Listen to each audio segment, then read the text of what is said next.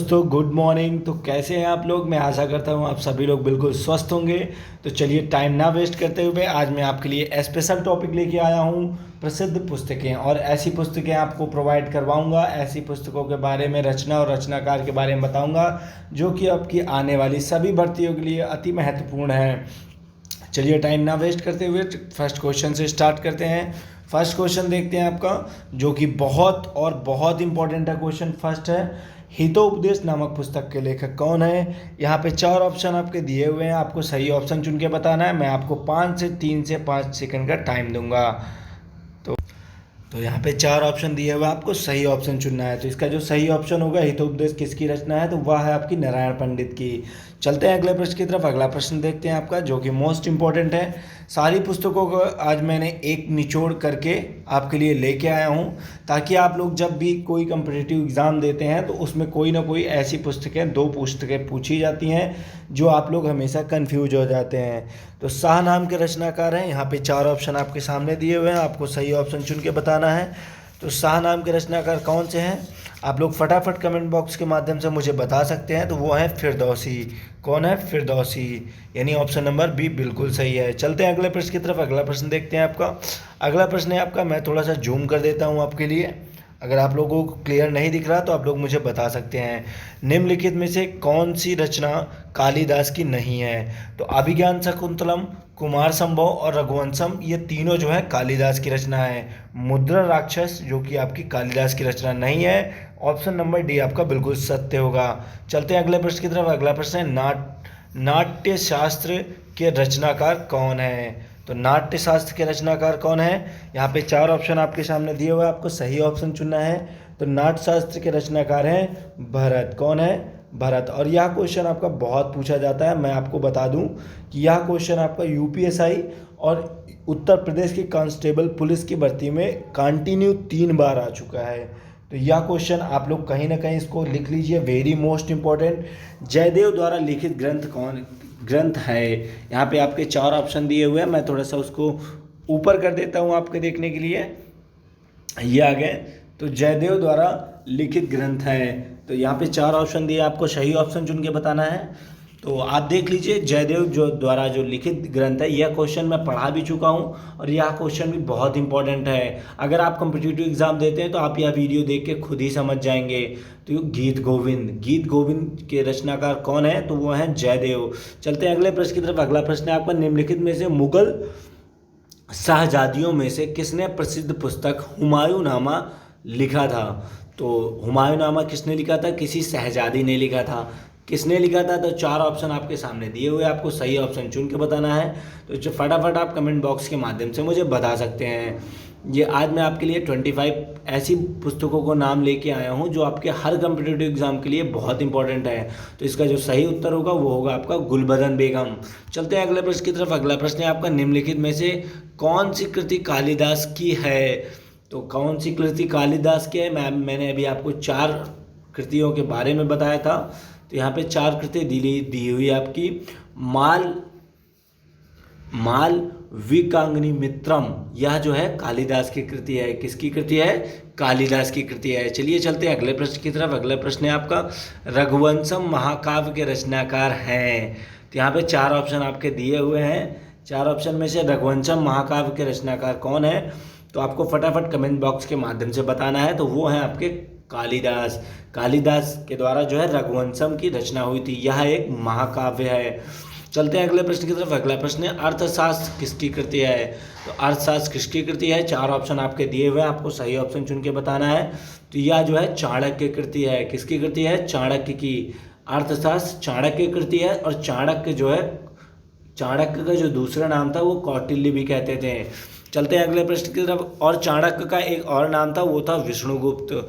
चलते हैं अगले प्रश्न की तरफ। अगला प्रश्न देखते हैं आपका, हर्ष चरित्र पुस्तक के लेखक कौन है? यहाँ पे 4 ऑप्शन आपके दिए हुए हैं।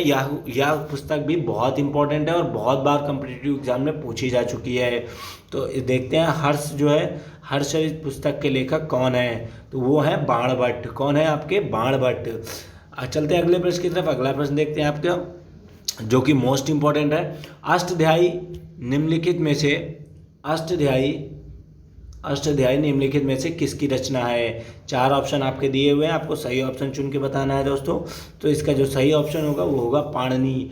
पाणिनि की रचना जो है अष्टधाई है, यानी ऑप्शन नंबर बी बिल्कुल सही होगा। चलते हैं अगले प्रश्न की तरफ। अगला प्रश्न है आपका, निम्नलिखित में से कौन सी पुस्तक कालिदास द्वारा नहीं लिखी गई है। तो अभी मैंने एक पुस्तक का नाम बताया, तो यहाँ पे हम देखेंगे जो कालिदास की पुस्तक लिखी गई हैं पहले उनको छांट लेते हैं, उसके बाद जो नहीं लिखी गई हैं वो आपको पता चल जाएगा।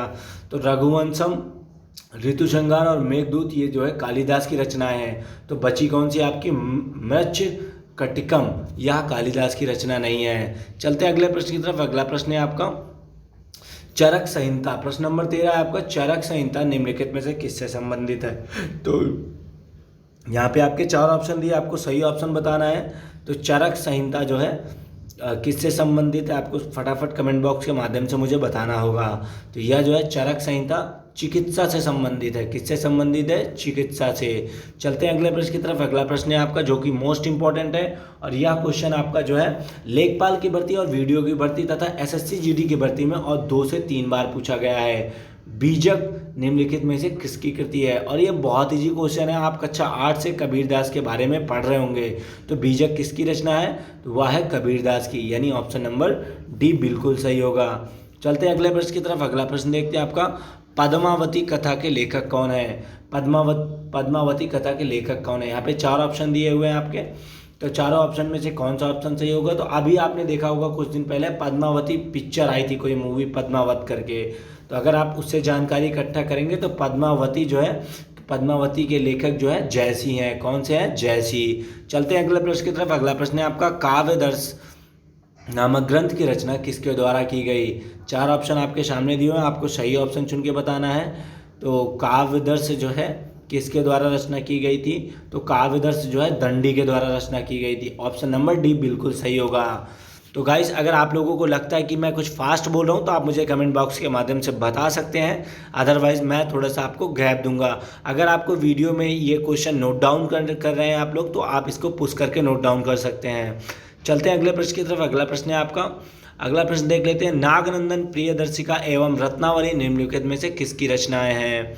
तो याद रखना है कि नागनंदन, प्रियदर्शिका एवं रत्नावली यह तीनों जो है एक ही लेखक की रचना है। तो यह किसकी है, हर्षवर्धन की, यानी ऑप्शन नंबर सी बिल्कुल सही होगा। आज यह टॉपिक लेके आया हूँ क्योंकि यह टॉपिक मेरे लिए भी बहुत इंपॉर्टेंट था। तो चलिए फिर से रीड करते हैं, हुमायूं नामा किसकी कृति है। 4 ऑप्शन दिए हुए हैं, यह क्वेश्चन अभी अभी मैंने आपको ऊपर पढ़ाया था। तो हुमायूं नामा किसकी कृति है, आप लोगों को फटाफट कमेंट बॉक्स के माध्यम से मुझे बताना होगा। तो हुमायूं नामा गुलबदन बेगम की है, यह शहजादी ने हुमायूं नामा की रचना की थी। चलते हैं अगले प्रश्न की तरफ। अगला प्रश्न देखते हैं आपका, मित्रचरा किसकी रचना है। तो मित्रचरा किसकी रचना है, 4 ऑप्शन आपके सामने दिए हुए हैं, आपको सही ऑप्शन चुन के बताना है। तो मित्रचरा जो है वो विज्ञानेश्वर की रचना है। किसकी है, विज्ञानेश्वर, यानी ऑप्शन नंबर बी की रचना है।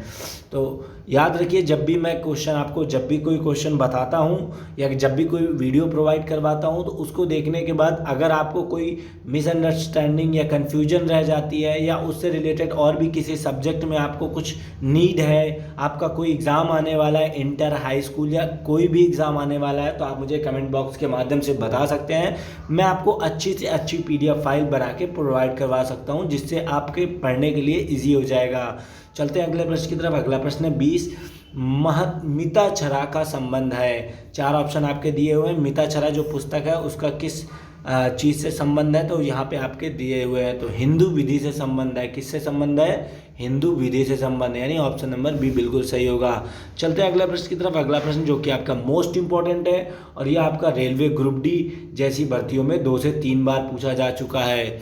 तो चलिए देखते हैं, लीलावती पुस्तक संबंधित है। यह क्वेश्चन बहुत बार पूछा जा चुका है लीलावती पुस्तक के बारे में, तो आप लोग इसको कहीं ना कहीं लिख लीजिएगा, वेरी मोस्ट इम्पॉर्टेंट, आप लोग ये नोट डाउन कर लीजिएगा। तो लीलावती पुस्तक संबंधित है। यहाँ पे आपके 4 ऑप्शन दिए हैं, आपको सही ऑप्शन चुन के बताना है। तो लीलावती गणित से संबंधित है। किससे संबंधित है, गणित से, अर्थात ऑप्शन नंबर ए बिल्कुल सही होगा। चलते हैं अगले प्रश्न की तरफ। अगला प्रश्न है आपका, संस्कृत ग्रंथ अष्टधाई का संबंध है। 4 ऑप्शन आपके दिए हुए हैं, आपको सही ऑप्शन चुन के बताना है दोस्तों। तो फटाफट आप कमेंट बॉक्स के माध्यम से मुझे बता सकते हैं।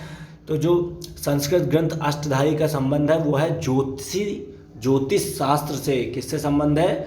ज्योतिष शास्त्र से, यानी ऑप्शन नंबर बी बिल्कुल सही होगा। चलते हैं अगले प्रश्न की तरफ। अगला प्रश्न है महाभारत महाकाव्य का मौलिक नाम है। तो महाभारत महाकाव्य का मौलिक नाम क्या था या क्या है? तो आपके सामने 4 ऑप्शन दिया, आपको सही ऑप्शन बताना है।